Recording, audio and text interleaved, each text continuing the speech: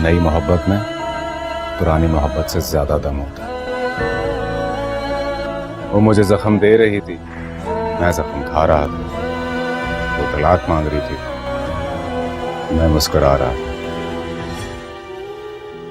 उसे तैयार करके आया हूं कि आज से अगर तुम मेरी नहीं हो तो जाओ, कल से मैं भी तुम्हारा नहीं। और दुआ कीजिए कि खुदा उसे माफ कर दे। तुम वक्त ने बड़े बड़ों के घर बर्बाद किए। इतनी रौनक, इतने हंगामे छोड़ के तुम यहाँ अकेली उदास क्यों बैठी हो? दिल वहां भी तन्हा था और यहाँ भी तन्हा है। रौनक और हंगामे अगर दिल को छू कर ना गुजरे ना, कुछ देर अकेला बैठना अच्छा लगता है। मैं जानता था तुम उदास होगी। आज तो मैं भी बहुत उदास हूँ। तुम्हें कोई दिलासा